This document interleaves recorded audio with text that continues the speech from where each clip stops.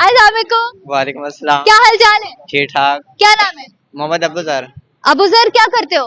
कुछ भी नहीं, कुछ भी नहीं, तो इतनी माड़ी सेहत क्यों? बस कुछ खाता पीता घर वाले खाना नहीं देते? नहीं। नहीं देते?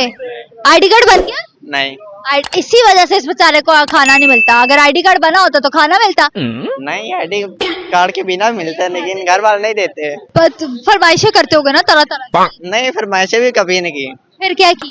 कुछ भी नहीं। जिंदगी में क्या करना चाहते हो? कुछ भी नहीं।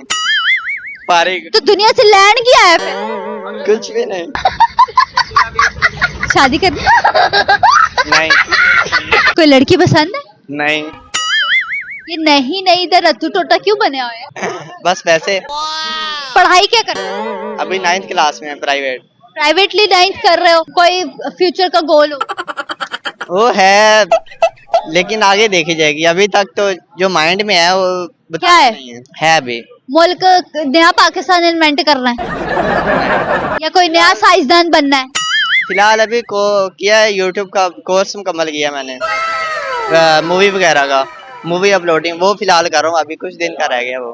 बस। वैसे थे कि 2 चैनल है, लेकिन अभी इनकम शुरू नहीं है उन पे। अच्छा अबूजर, अगर आपको कोई लड़की पसंद आ जाए फिर कैसे प्रपोज करें?